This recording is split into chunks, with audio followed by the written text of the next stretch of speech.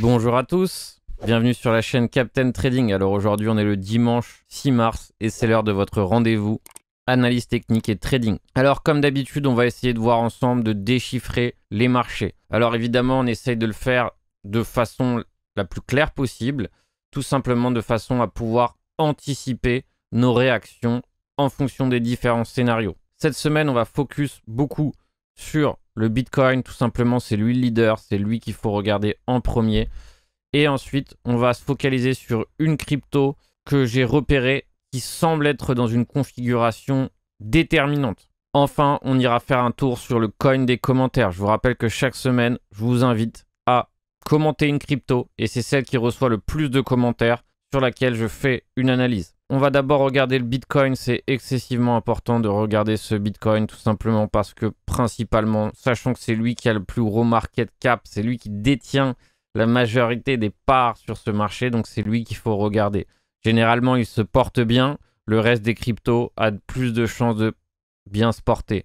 Inversement, s'il se porte mal, tout simplement, s'il chute, s'il est dans un état critique, forcément, les autres cryptos prennent très lourd. Ce qu'on va faire, c'est comme d'habitude, on va essayer de partir d'un chart clean, tout simplement pour vous permettre à tous de bien comprendre mes différents raisonnements et de façon à ce que vous puissiez vous-même faire ce type d'analyse pour pouvoir vous-même prendre votre propre décision. Derrière, c'est vraiment ce qui m'importe le plus quand je fais des analyses.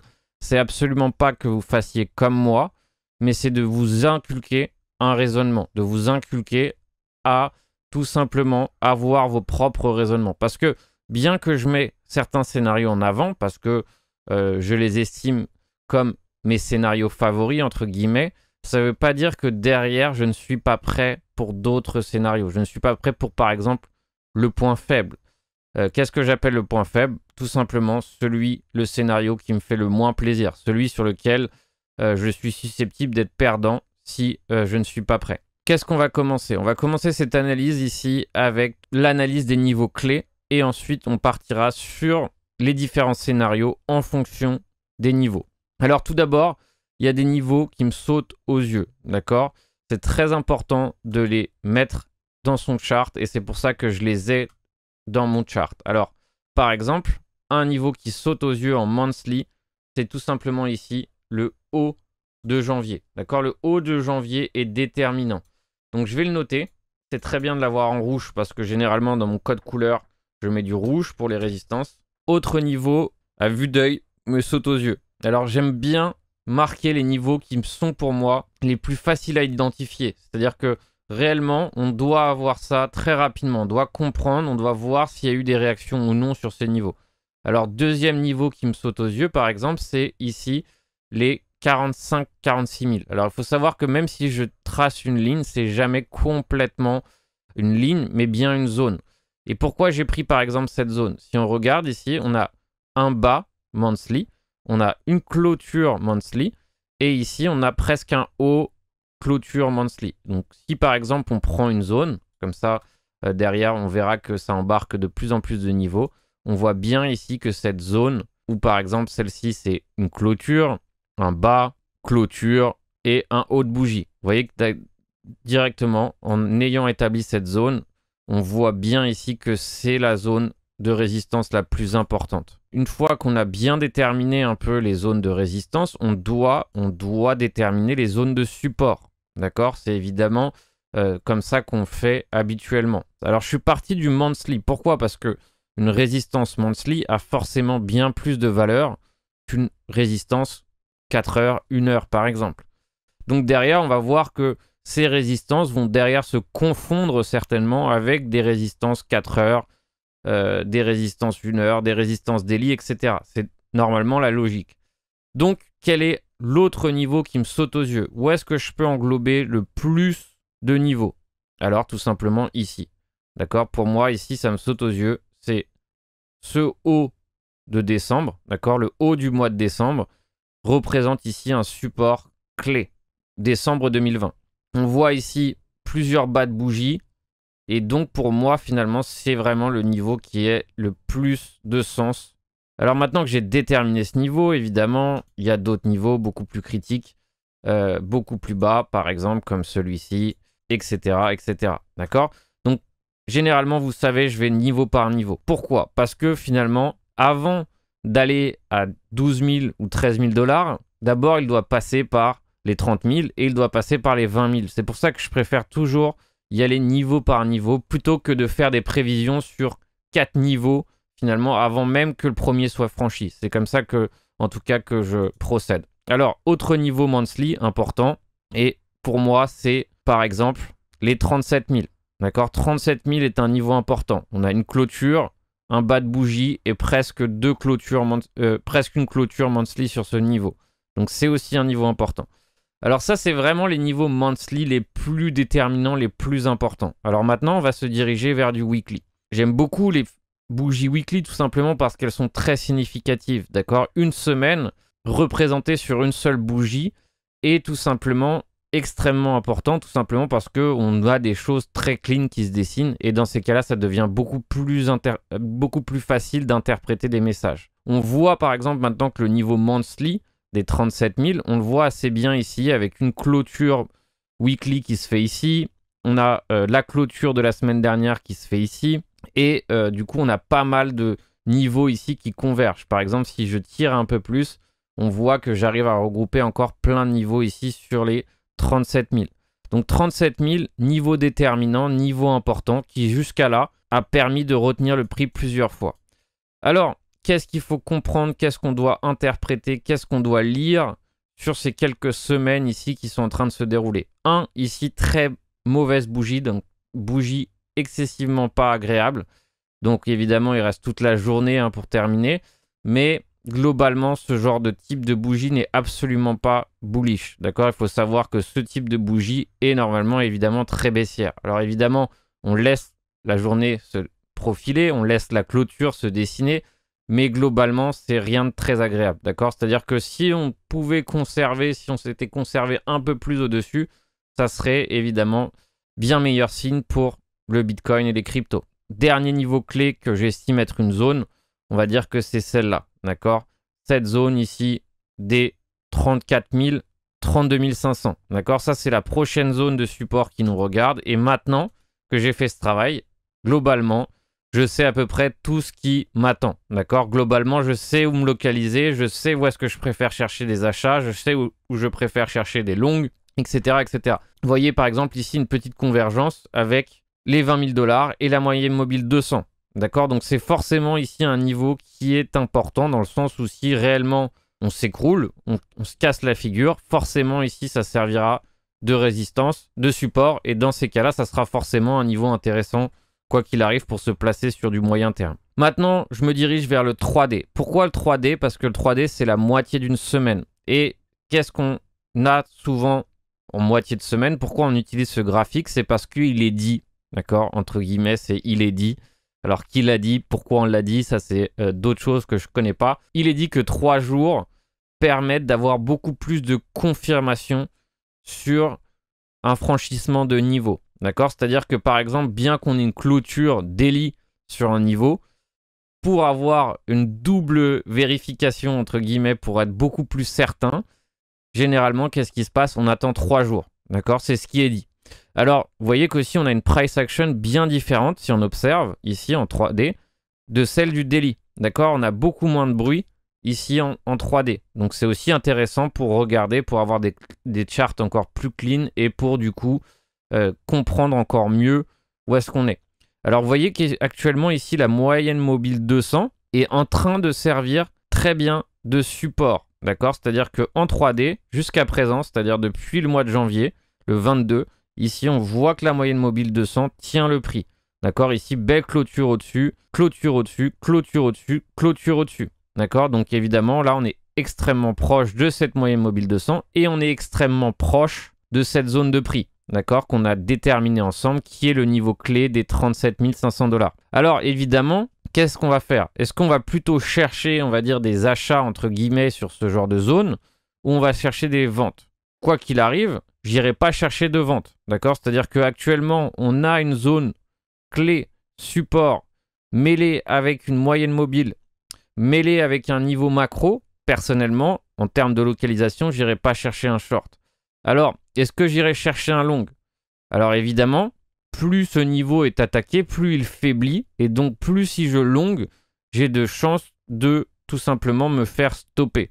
D'accord? Alors par exemple, mon choix peut être de me ranger et de ne faire absolument rien. D'accord? C'est-à-dire que par exemple, je peux spéculer par exemple en termes d'options, ce qu'on va voir tout de suite, en cas de mouvement important. Bientôt, petit à petit, le shop est chargé en 3D. Il finira par se charger en daily. Bientôt, petit à petit, on va voir la bougie de ce soir hein, jusqu'à où on arrive. Mais bientôt, on aura un mouvement macro énorme. D'accord? De la même façon qu'ici, on a eu un mouvement énorme. Quand le shop sera chargé en daily, on aura un mouvement énorme. D'accord? Ça me paraît évident. Et évidemment, se voiler la face sera évidemment dangereux. Donc, on va voir ensemble comment je vais me préparer à ce mouvement énorme. Alors, globalement, qu'est-ce qu'on a? On a un graphique qui est un graphique de range, c'est-à-dire que c'est un graphique extrêmement neutre. Il est fait de façon à ce que la majorité de gens soient piégés et finalement, on a ce range, on va dire, qui est compris entre 35, 33 et 44. Donc, c'est un range massif. D'accord? Alors, dans la stratégie de range, qu'est-ce qu'on fait? On a tendance, ou moi en tout cas dans ma stratégie, j'ai tendance à long sur le milieu et sur les extrémités du range. D'accord? C'est pour moi la meilleure façon d'aborder un range. D'accord? Donc je pense que jusqu'à que le shop soit entièrement chargé en daily, je pense qu'on va se rester à l'intérieur de ce range. En revanche, quand on va sortir de ce range, je vais évidemment prendre mes précautions parce que ça peut être brutal. D'accord? Je pense que vraiment le prix attend un mouvement violent. Je pense que la majorité des intervenants actuellement sur le marché attendent un mouvement violent et lorsque ce mouvement va se déclarer réellement, ça va faire évidemment très très mal ou beaucoup de bien, d'accord, en fonction des deux cas de figure. Il faut savoir qu'il est tout à fait probable et possible qu'on fasse mal aussi. Et c'est très important de le comprendre, c'est-à-dire que je suis investisseur crypto, je suis pour l'adoption des cryptos, je suis évidemment pour un prochain bull run, mais me voiler la face et ne penser qu'il y aura uniquement une issue haussière, c'est tout simplement se mentir à soi-même, d'accord? Et c'est absolument pas ce que je veux faire, d'accord? Donc, évidemment, c'est important de comprendre qu'on doit être réaliste et qu'est-ce qu'on va faire si réellement le prix va chuter? Est-ce qu'on va conserver ses cryptos? Est-ce qu'on va être capable d'être sous l'eau pendant X temps, etc. Et ça, c'est très important de le comprendre. Alors maintenant que j'ai déterminé mon range, où est-ce qu'est le milieu de range? D'accord? Donc, pour ma part, pour dessiner mon range, j'ai tout simplement pris ce niveau, de ce sommet ici à ce sommet, à ce creux ici. D'accord? Je considère ici cette petite bougie comme un excès. Du coup, je ne la comptabilise pas dans mon range. Alors, haut du range, déviation, on a eu double déviation sur le haut du range. Où est-ce qu'est le milieu de range? D'accord? N'oubliez pas, le milieu de range, c'est toujours très important. C'est là où on souhaite éventuellement se placer, short ou long. Pourquoi? Parce que généralement, soit on bute à la hausse sur le milieu de range, soit on bute à la baisse sur le milieu de range. Et on a un milieu de range ici qui tombe pile poil, vous voyez, au haut de la bougie ici, qui nous sert actuellement de résistance. D'accord? Donc, qu'est-ce qu'on fait? On a notre milieu de range qui est très bien dessiné et on voit, d'accord? Et là, vous voyez que j'ai juste tracé le milieu de range et vous voyez maintenant que, en plus de ça, ça correspond à plein de niveaux clés. Creux, clôture, daily, double haut, daily et encore un éventuel double haut daily, presque. D'accord? Donc vous voyez ici que ce milieu de range est déterminant. Scénario haussier, d'accord? Important de le comprendre. On arrive à réintégrer le milieu de range, pullback, et derrière, on reprend, on revient chercher le haut du range. Globalement, c'est évidemment ce qui peut nous attendre. Deuxième scénario, qui lui est un scénario baissier. Le milieu de range cher de résistance. On vient chercher ces creux-là, pullback, et on vient chercher le bas du range. D'accord? Qu'est-ce qui va se passer? À quel moment, tout simplement, je deviens à nouveau haussier, à nouveau acheteur? Et à quelles conditions uniquement? Je redeviens haussier et acheteur, tout simplement si on réintègre. D'accord? Une vraie réintégration. C'est ce qu'on appelle une réintégration. Si réellement, ici, on a une belle clôture, grosse bougie rouge, sans aucun signe de tout simplement de réaction, dans ces cas-là, il faudra être extrêmement prudent parce que la dernière zone qui nous servira, c'est tout simplement les 30 000. Et de la même façon que sur le bas du range, je cherche un éventuel achat en cas de réaction, ici c'est pareil. Si j'ai réellement une réaction et une réintégration, dans ce cas-là, je me place. Pareil, pour aller chercher quoi? Pour aller chercher l'éventuel milieu du nouveau range. D'accord? C'est comme ça que j'établis, c'est comme ça que je me place et c'est comme ça que je souhaite me placer.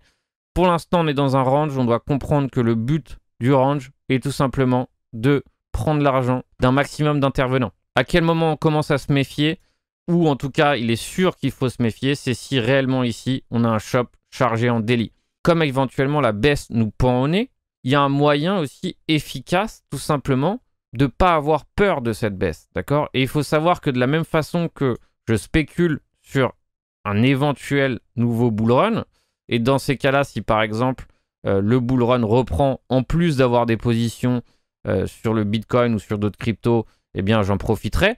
Je prends des call options.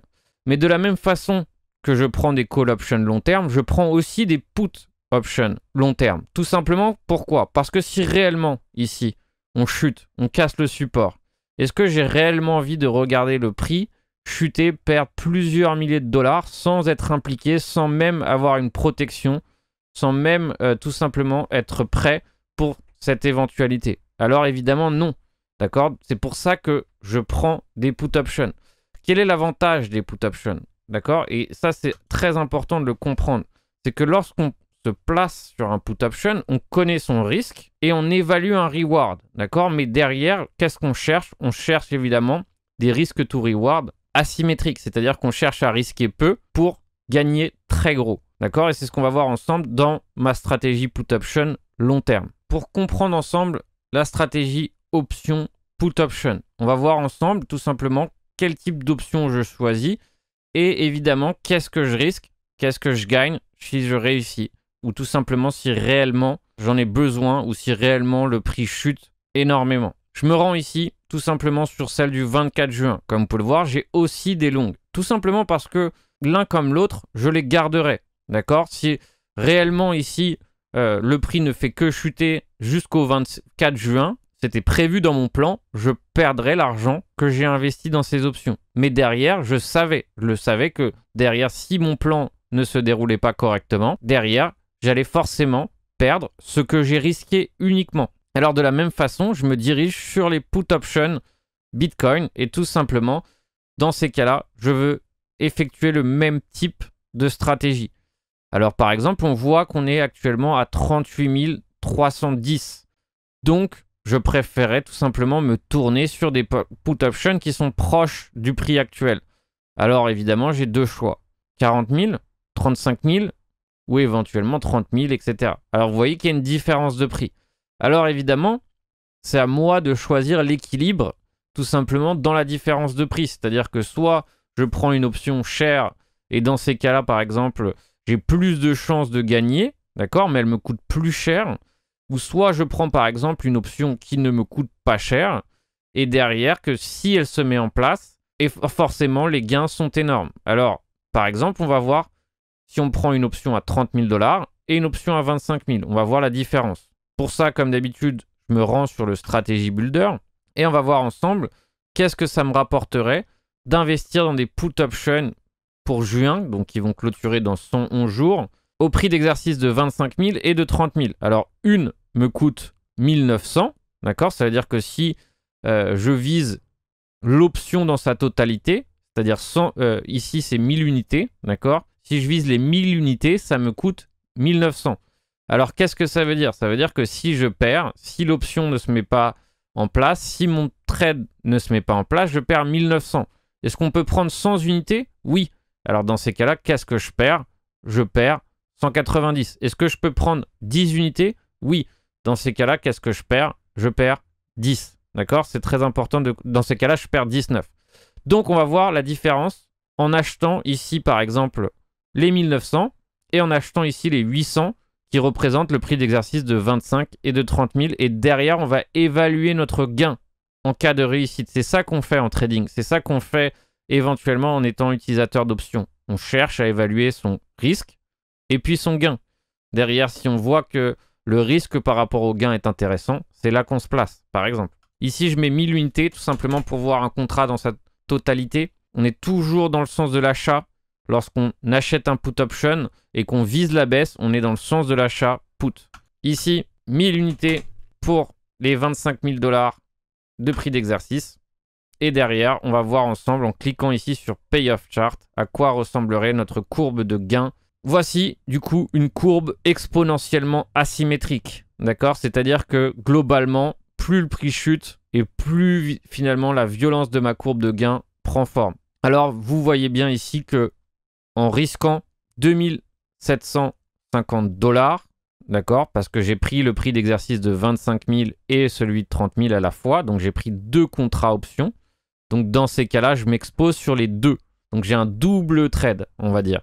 Et donc le risque maximum sur ce trade à expiration est de 2700. C'est-à-dire que mon risque, je le connais au préalable, je l'ai défini ensemble en achetant combien je suis prêt à entièrement perdre.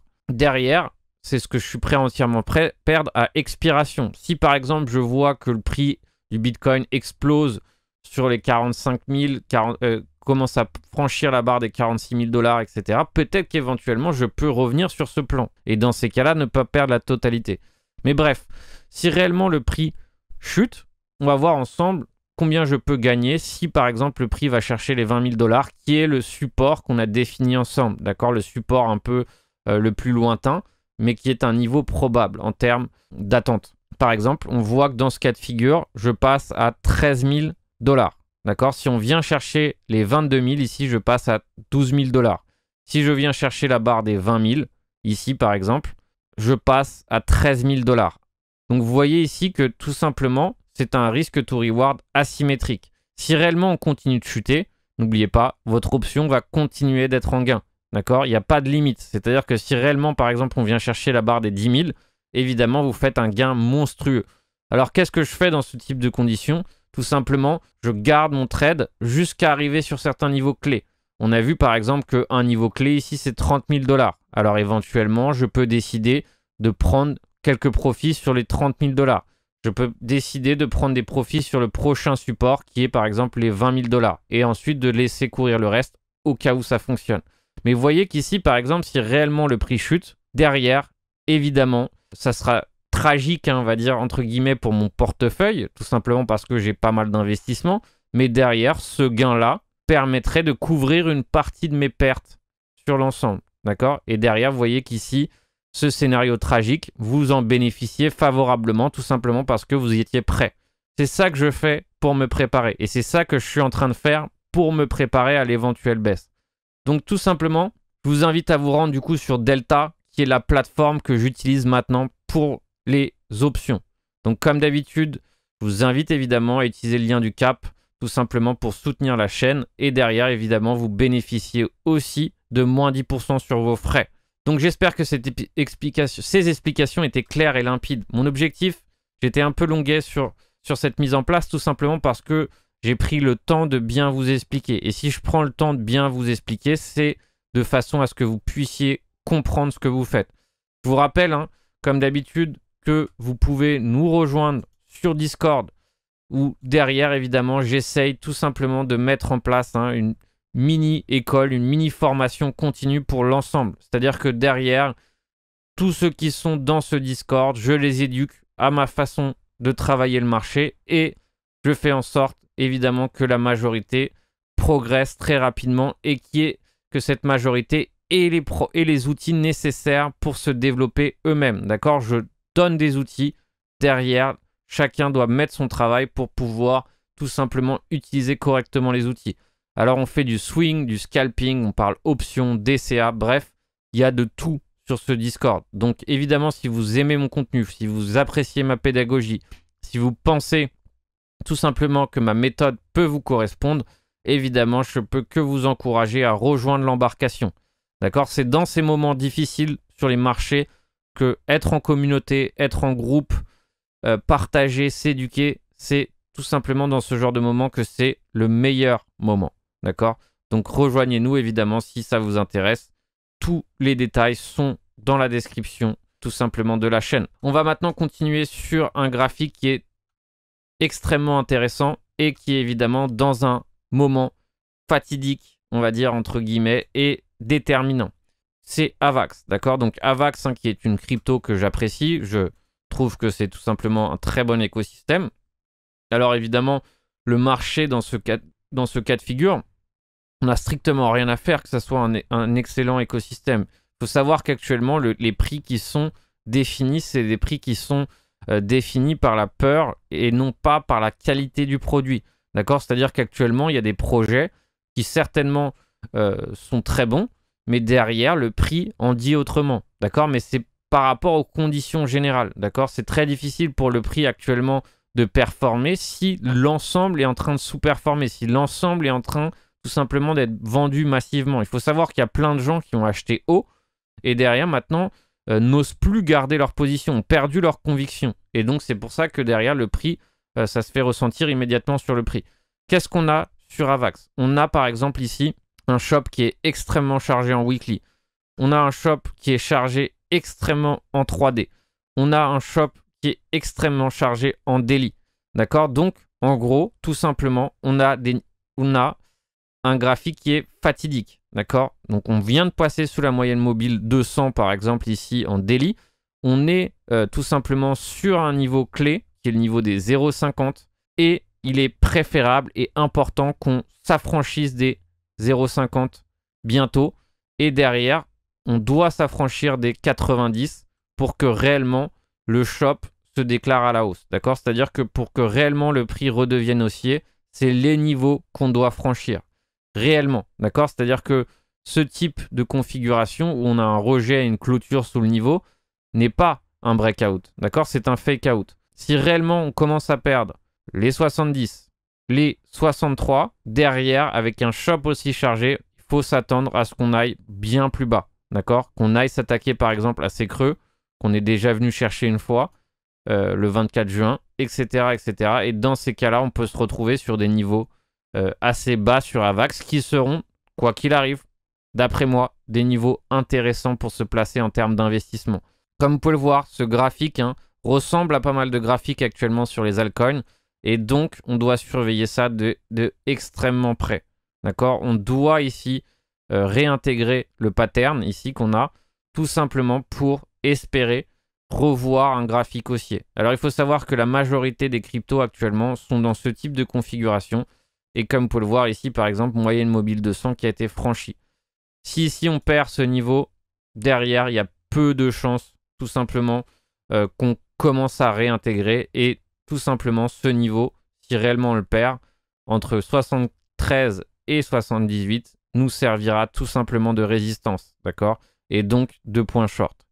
Alors évidemment, moment difficile et assez sauvage pour la majorité du marché, c'est-à-dire que si on n'est que long sur le marché, forcément on prend des coups sur la figure. Si on est dynamique, éventuellement on arrive tout simplement à rentabiliser un peu plus ces phases, mais quoi qu'il en soit, on est dans une phase assez féroce, d'accord? Une phase pas forcément facile à trader, même pour des pros, d'accord? Dans le sens où réellement il y a des pièges haussiers, des pièges baissiers, et la lecture est extrêmement difficile, même pour les plus avertis. Alors évidemment, si vous êtes entièrement débutant, si vous souhaitez apprendre le trading, etc., faites-le, mais de façon à ne pas risquer votre argent. Tout simplement parce que ce type de conditions de marché féroce est fait pour prendre votre argent. D'accord? Je préfère vous le dire clairement. Tout simplement parce que c'est des conditions de marché extrêmement difficiles. Tous ceux qui font du chartiste ou des patterns, etc., ici, s'en sortent très mal. Et on va dire qu'on peut éventuellement anticiper des schémas parce qu'on les connaît. D'accord? C'est-à-dire que tous les modèles ici sont des modèles, on va dire, généralement créés par des algorithmes. D'accord? C'est-à-dire que on voit, par exemple, que ça peut ressembler à un autre niveau par là, par exemple. Tout ça pour vous dire que derrière ici, c'est que ceux qui ont réellement une stratégie rentable dans tout type de conditions de marché qui s'en sortent. D'accord? Ceux qui ont une stratégie uniquement valable pour un marché haussier ne s'en sortent pas sans aucun doute. Donc voilà pour cette petite minute marché. J'ai été long, mais c'est évidemment très important pour moi d'être explicite pour une majorité. C'est-à-dire que à la fois, je revois les bases pour ceux qui suivent, qui me suivent depuis longtemps et qui normalement connaissent ce type de base. Mais j'essaye tout simplement d'inculquer des bases aussi à ceux qui n'en ont pas encore et qui souhaitent en avoir. Donc voici, cette minute marché est maintenant terminée. On se retrouve évidemment très prochainement sur les réseaux sociaux. Et évidemment, j'espère vous voir tous du coup dans l'embarcation du Captain, tout simplement, afin que vous puissiez tous essayer de vous performer, de vous améliorer en trading, de façon à vous-même analyser et appréhender le marché.